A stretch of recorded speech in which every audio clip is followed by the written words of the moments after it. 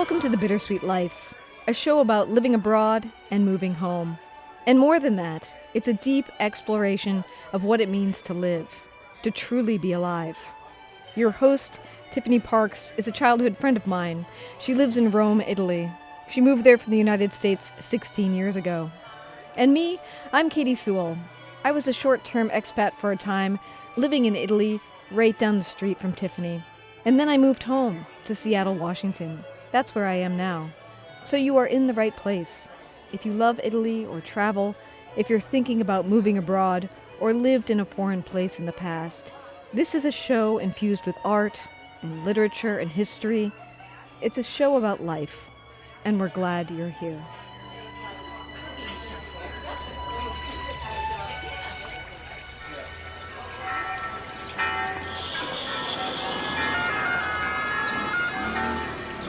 Welcome to Rome.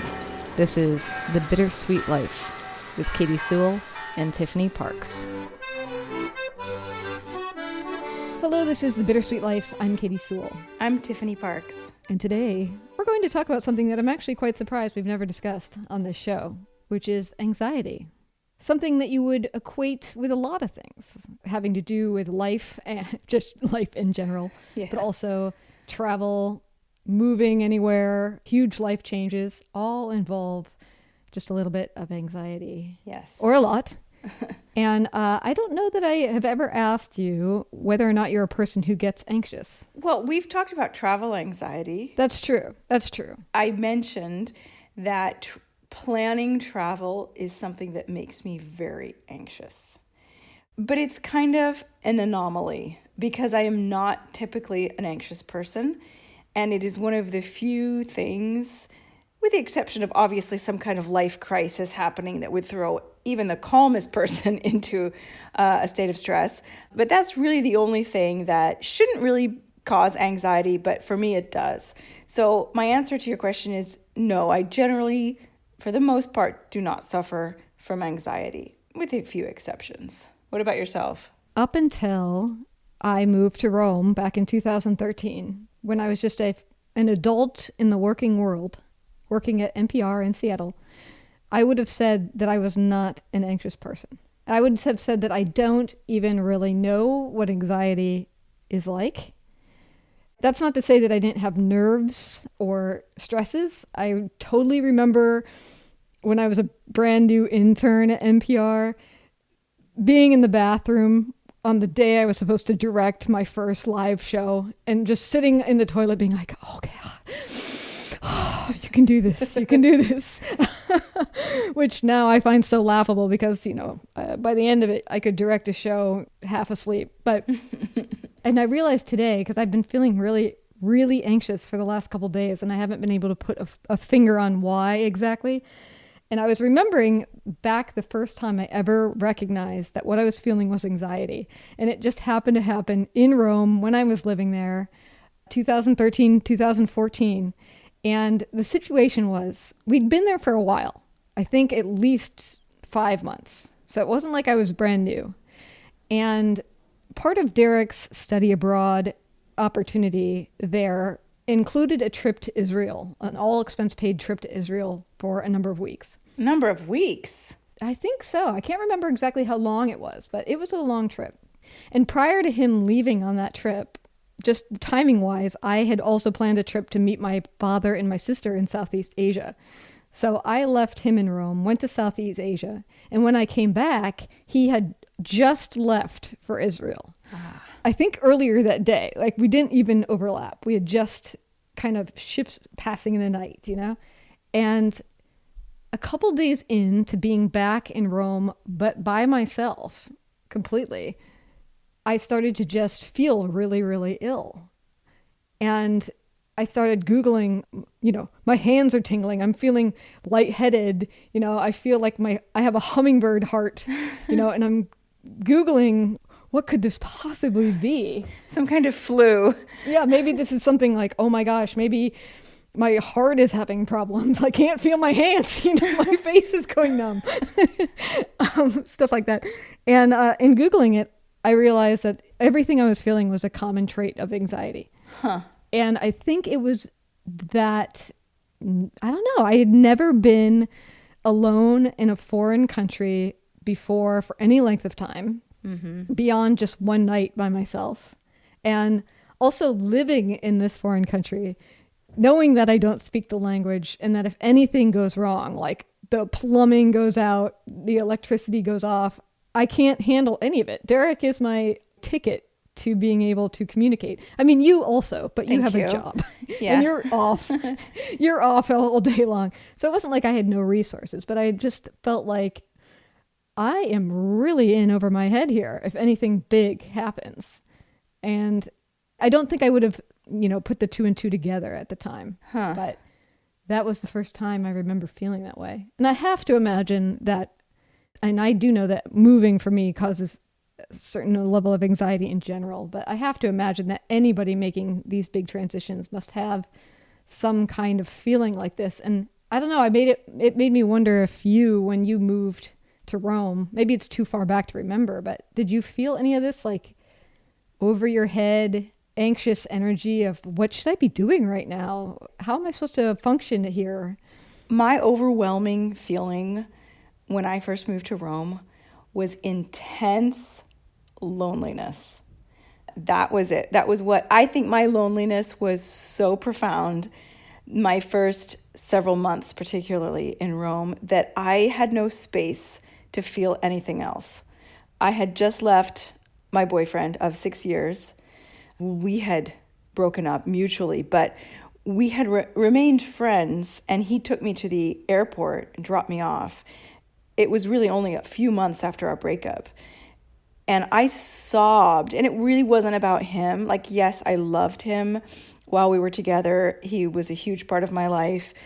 He will always be a huge part of my life. But it wasn't that, I want to be with you. We knew the relationship was over. It was good that it was over. But that was what I clung to as something familiar that I was going to miss. It was almost like a crutch that I needed, I needed something to miss almost.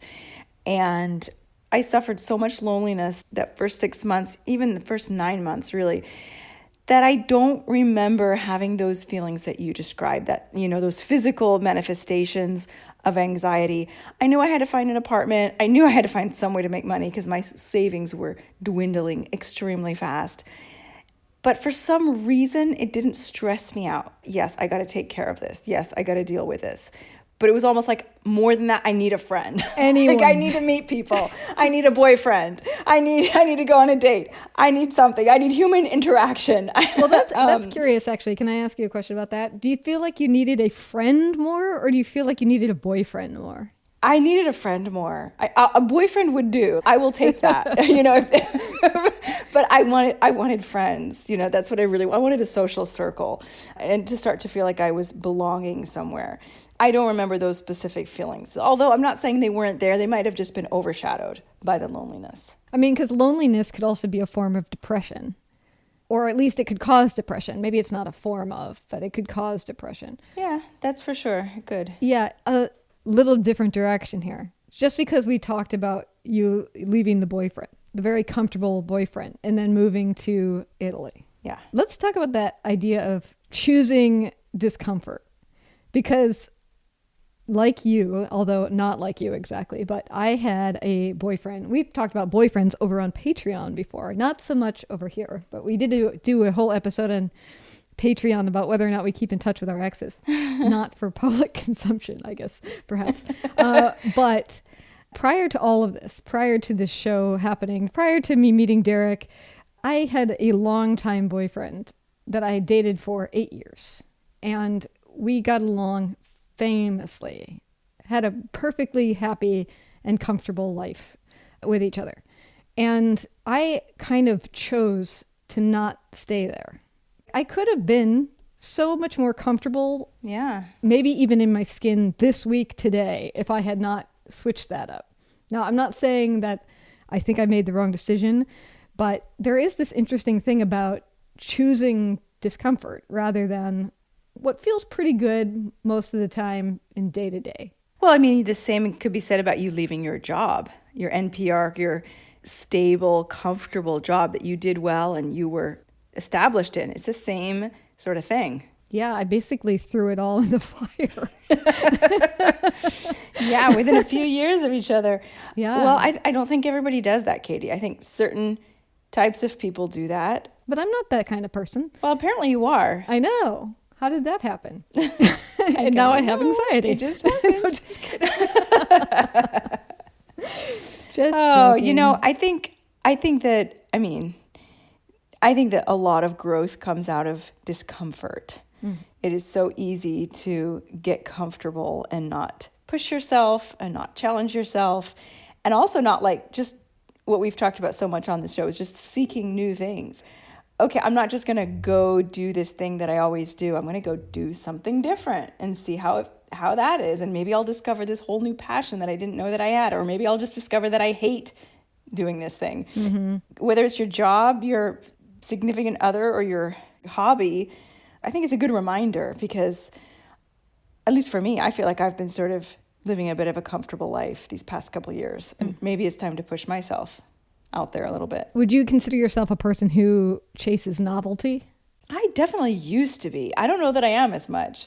I think motherhood has calmed me. Yeah. I mean, I used to travel constantly, Katie. I used to make a point of not going back to the same place twice. Particularly, after I'd moved to Italy, because I did go back to Italy again and again and again until I eventually moved here. Mm-hmm. And then it was like, okay, I got to go to a new place, new thing, go see something new, do something new, meet new people. So yes, I was always chasing novelty. Yeah, I think I do too. And I think that is also a bit of a problem in this particular time period that we're in. And maybe that's part of the cause of the anxiety. We've been basically in our homes for over a year, for the most part. And I don't actually feel like that has changed very much, at least for me. I don't think it has for you. I think we're mostly still home. And yet there's this desire, at least in me, this desire to see more, be out in the world more, meet new people, hook up with old friends again, like actually see them in person and not online. But then it's in conflict with this kind of cozy laziness that has come from being at home for the last year. Well, I'll meet a friend at 4:00. If they want to get together but at 8, you're like, 8? 8 at night. Yeah, forget it. I'm in my pajamas at 8. Go out at 8? Hell, I'm in my pajamas by 4.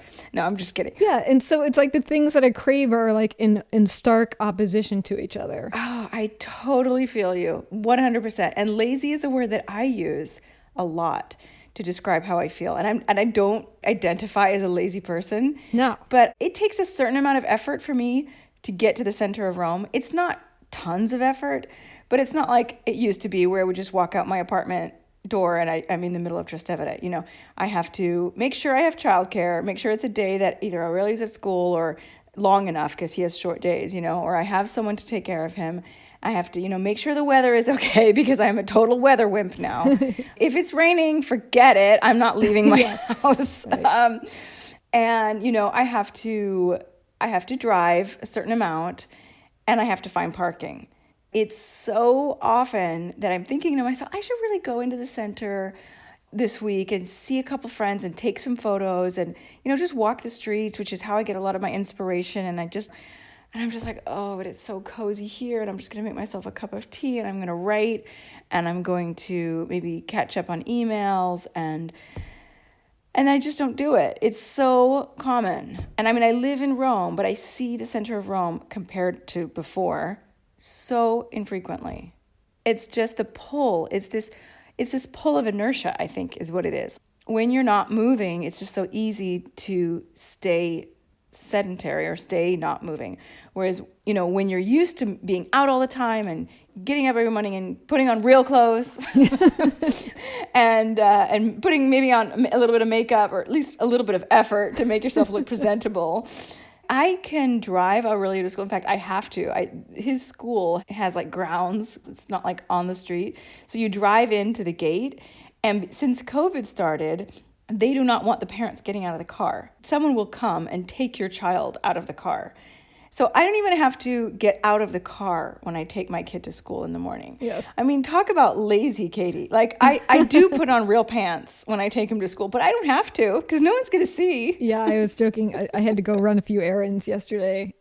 But I was getting ready to go, and Derek looks at me and he's like, "What are you wearing?" And I look down, and granted, like a lot of the clothes I wear around the house are, it depends on what projects you're working on. And if you're working on stuff where you're just going to get dirty, I wear like really, the things that I should have thrown away years ago. And what do you do that gets you dirty, Katie? I mean, I'm just trying to picture it. Are you sanding? Are you painting? Are you... No, yard work. Okay. Cleaning, that kind of thing. Anyway, but of course, yeah, it is one of those things where you're like, oh yeah, I used to look nice when I went out. But I mean, that's not to say that a lot of the things that I want to be working on, I can do at home. And the writing and all these things that take a lot of concentration and that you need to be alone for. And again, it's the two things that polar opposites, the desire for action versus the need to work on these intellectual projects. I don't know, also just feeling like I have a real limited vision of what could be next right now. Does that make sense? Yes. There's nothing planned on the horizon beyond the fact that Christmas is coming up. That's it. And even from a professional sense, we were joking about me quitting my job and throwing it all in the fire, even though I still work there from time to time. But, I really don't know what's going to catch hold professionally. I finished this memoir, still looking for an agent for it. Got a couple children's picture books, looking for an agent for that. These processes could take forever. And the vast majority of things that are happening now is, I feel like everything is a close but a no. No matter what project I'm working on, whether it's some book project, whether it's me proposing something about this show to someone else. Yeah. It just feels like everything is uncertain. I haven't latched into anything, and I think that that's also making it anxious. So not only do we know what the world's going to look like after this pandemic is over, but I also don't know what my life is going to look like. Yeah, that makes total sense. I try not even to go there. I could think the exact same things because I have a lot of the same type of situation going on. Being an author, as you know, there's no guarantee. Also, any kind of creative profession, podcasting, what have you. So I could totally go there. I don't go there. That's one of my gifts, with the exception of if there's some looming scary thing that's about to happen. Like, I just had to have a meeting with my bosses at the magazine that I've been working for. And I was very anxious about that because I had no idea what was going to happen, particularly if I was going to be ordered back into an office where I was going to be locked up for more than half the day. So I was it all worked out, by the way. Yes, but right. I was very, very anxious about that. So if it's like a specific moment, yes, I'm going to feel anxiety. I'm going to dwell on it. And I'm going to, do all the worst case scenarios and all of that crap. Although I do try to give myself some positive self-talk and be like, what's the worst that can really happen here? Yeah, and you're really good at reaching out, too. You'll write to me if you're Yes. feeling anxious about something. Oh, yeah. I will be more like, I am insufferable right now. I am not going to mention this to anyone. Oh, no. I'm the Like, opposite. Katie, get over yourself. Shut up. Take a couple days and then be back to your normal self. No, see, I think that hearing someone's perspective can totally make you feel better. And also, they can give you some really good advice. Like, I was talking to, I didn't talk to only you about it. I talked to one of my friends who lives next door. Our sons play together. And she, has worked for a couple of very small companies. This is a very small company. And she kind of knows how things work. And she knows the laws. And she left a job and knows what happens when you leave a job and what they have to offer you. And, various things like that. And we literally talked about it. She's like, well, you can do this and you can do that. And she like gave me some like serious options, which luckily I didn't have to use any of them because in the end, everything worked out, as I said. But sometimes talking to people, A, you can get practical advice. And B, just, I think, talking it out, get some of that anxiety off of your, as they say, off of your chest. Mm-hmm. And you can kind of release it. Same way journaling would do. But you have to be the kind of person who doesn't mind people knowing your business. Yeah. So might be the difference. But I mean, I host a podcast. I don't care. My life is an open book. Yeah. But you are I think a little bit more private than I am. Yeah, maybe. That's probably true. But what I was going to say was, with the exception of moments like that, I'm very good at, and I don't know if this is a good thing or a bad thing, but I take it as a gift. I'm very good at just shutting down negative thoughts. When I first moved to Rome, I had no job, or I had a job that was paying me like, what, 50 bucks a week or something. I mean, I was making no money, and I had no idea what I was going to do, and I wasn't a legal citizen or legal resident, yada, yada, yada, all this stuff. I had no friends, living in horrible apartments. Although I couldn't just turn off the loneliness tab, I just didn't think about that other stuff. I just turn it off. I just like, Urgh. And I see the difference between myself and my husband. He can't turn it off. And we make up for each other as far in the anxiety department. I see it most often with our son. If some little thing is going on with him that maybe isn't, ideal, like he's going to the bathroom strange, or maybe he's having a little problem with a friend at school, or, these kind of minor problems that could be some sign of something much worse, but you don't know. I'm always like, honey, let's just see what happens. Let's just take it slow. He'll dwell on it. He'll go over and over. Well, what if? Well, what about this? Maybe we should do that. Oh my gosh, what if? But he's, this. And I'm just like, calm down. Nothing has happened yet. We don't know. If you want to call the doctor in the morning, we'll call the doctor in the morning. But until that time, we can't do anything. And I always say to them, I was like, from now until whatever, we call the doctor. What can we do? Can we magically cure him if, he's feeling a little sick? No, we're just going to not think about it. And I just don't think about it. I don't start thinking, oh my gosh, my child is deathly ill, and oh my gosh, he's probably got a tumor, and oh my goodness, and oh my blah, blah, blah. Like I just turn it off. Tomorrow we'll go to take him to the doctor, and then we'll figure out what we have to do. And is Claudio a more of a worst case scenario person? Like, is he leaping to death, the death of the child or something like that? No, he's not that bad. But, okay, here's an example. We went to New York together. All I know is my son was less than 2 years old.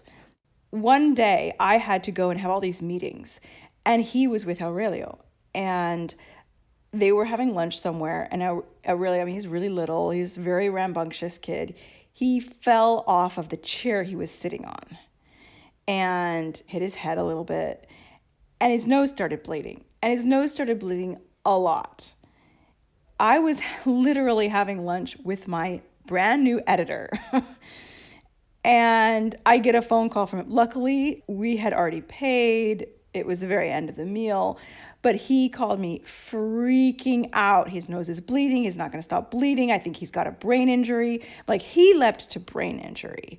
Whereas I'm thinking he fell on the ground. If his nose is bleeding, maybe he hit his nose. And he's like, but he didn't fall on his face.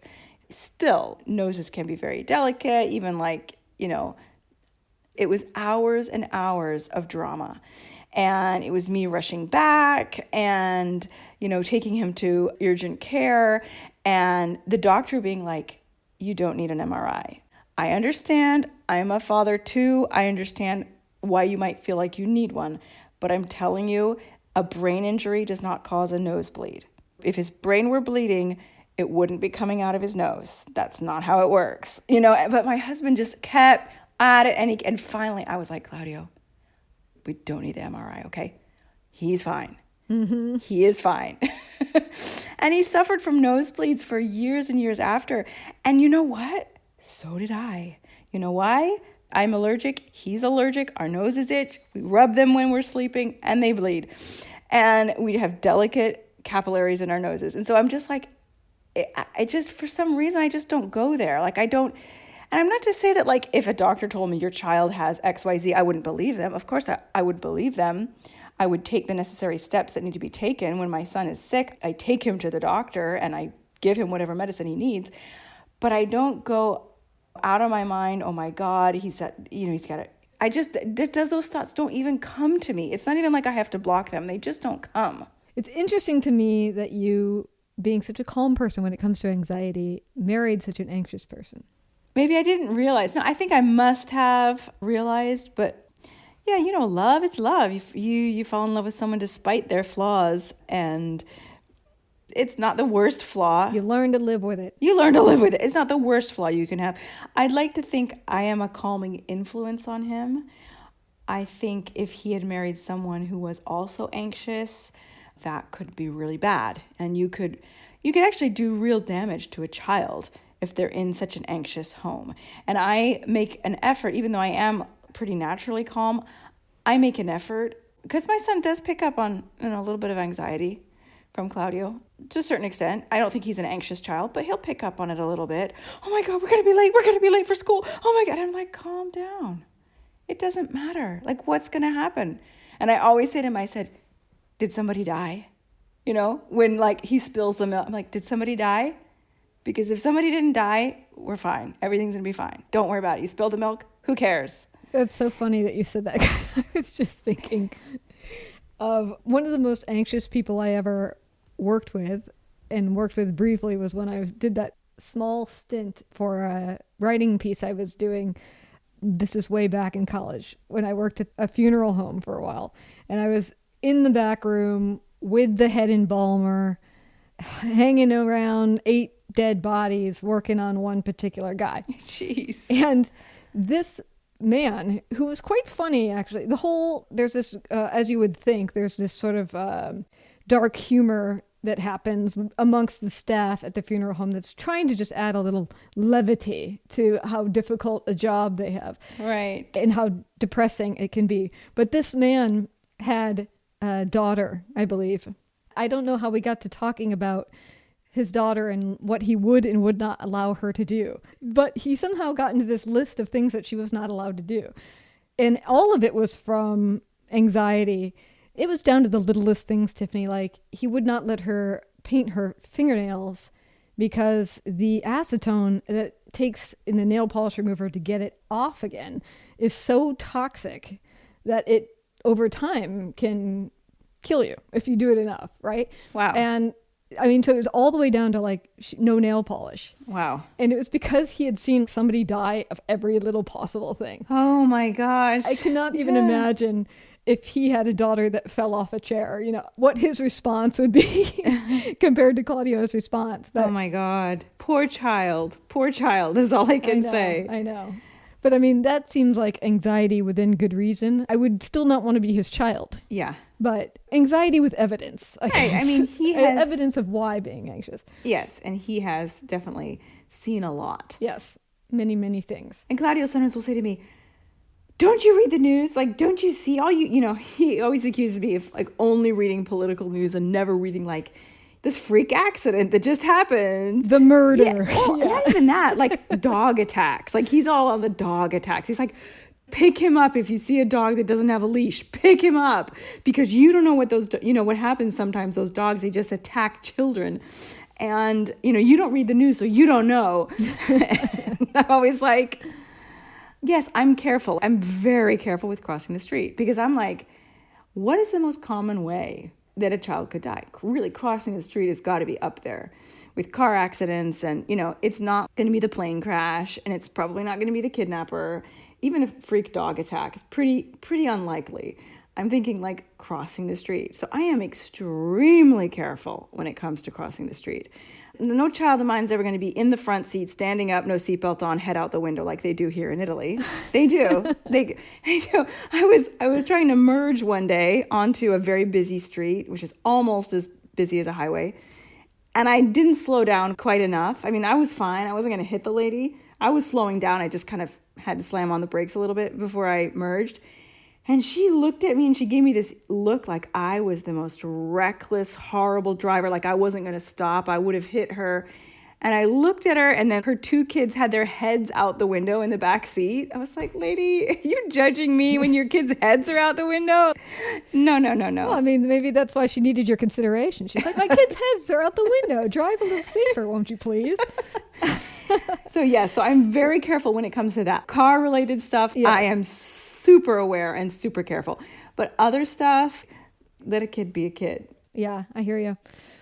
Well, I don't know if we've solved anything about anxiety today. I mean, this conversation was kind of all over the place, although more or less on the theme of anxiety, but we also touched on some other interesting thoughts. Well, sometimes when you're anxious, like I have been the last 2 days, it's like you can't really focus on any one thing, Tiffany. So I got to jump around. I got to be moving. So what's causing this anxiety for the last 2 days? Is it your career worries or? It's the mix. It's everything. It's all of it. And it's funny because when you're anxious too, it's also not just anxiety. It's like restlessness. It's like I want something to be interesting. I want something, I don't know. I guess I miss some kind of novelty. I don't know.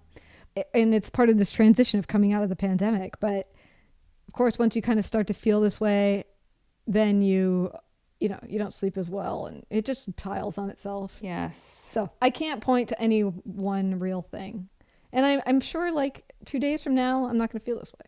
Sometimes when I get like this, I also just have to remind myself, this is temporary, and 2 days from now, the whole world's going to feel different. Yes, I agree. And I think it's time for a new hobby. So everyone write in and tell us what hobby you think Katie should take up. Okay. Considering the fact that she's a busy woman, so, can't be something that takes too much time, and maybe something that she can do in her area, her general area. Right. And nothing that costs too much money. True. Again. Because again, like I said, with all this career stuff, right, trying to get stuff going, not necessarily making a ton of money. So it also has to be a affordable hobby. And on that note, you can join us on Patreon. Help me, please.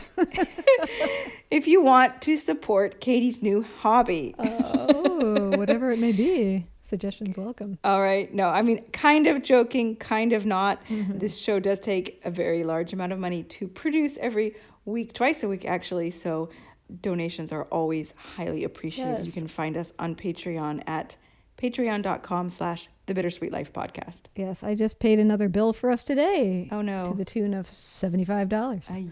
I know. There's just so many more costs associated with producing a podcast than you would think. It's especially one that's worldwide. And I don't know. It's funny when you ask for money, too, because I just got done with an NPR pledge drive also. NPR pledge drives, it seems to be okay. People make the connection between NPR has a reporter, and that reporter is stationed in Rome, and that Roman reporter needs to be paid a salary, and your donation helps pay for our ability to pay for that person, et cetera, et cetera, et cetera. But when it comes to podcasting, it's always like, I don't know, there's that thought of like, I'll pay for your web hosting fees or what have you, but there's never any thought to like the people that work 20 hours a week on it. Yeah. Is that too much to say that it is kind of a real job? It is. It's a real job, and we put a lot of love into it, but we also put a lot of time into it that we could be using to do other stuff. So it's a labor of love. It's one of the questions I've gotten a couple times from people is, when, if ever, would you ever kill the show? Because we have a few people who are asking us to kill it? No, they're very big fans and they don't want to live without it. And usually those people are people that are throwing money toward it. But I mean, it really does come down to like, when do we kill it? It's like when you can't afford to do it anymore. I mean, that's really what it is, right? Whether our time gets taken up by something else or, it's just costing us too much. But again, it's a passion project, so that comes into it too. Yes, it does. This is my anxiety. Well, we just hit 400 episodes a few episodes ago, Katie. Shall we try to make it to 500? Yes, which means we need a couple more years. It's funny. I was listening back to an old show, and I think it was like our 100th episode, and you said something, you threw off some comment, when we get to episode 1000, and I was laughing. I was like, yeah, Katie, that is never going to happen, 1000 episodes. But now that we're at 400, it seems much more within reach. Well, no, if you count the mini episodes, which are like, we're up to 128 or something, 29, something like that. Yes, we're well over 500, really. We're over 500 anyway, so. We're more than halfway there. Well, we should leave it there. I'd be curious for the rest of you about anxiety and where it comes, where it manifests, whether it's like you moving or quitting a job or retiring or whatever it is. I'd be interested to hear. If you want to write us, you can always reach us through the Contact Us page at thebittersweetlife.net. We're on social media. Yes, on social media, Twitter, Facebook, or Instagram. Just search for the Bittersweet Life Podcast. And also our email address is bittersweetlifepodcast@gmail.com. And until next time, this is The Bittersweet Life. I'm Katie Sewell. I'm Tiffany Parks. Join us again. Bye. Support the show by wearing a Bittersweet Life t-shirt or socks or even a Bittersweet Life face mask. We have merch, and you might find your new favorite mug by visiting thebittersweetlife.net. Click on support to explore the merch catalog. and have fun.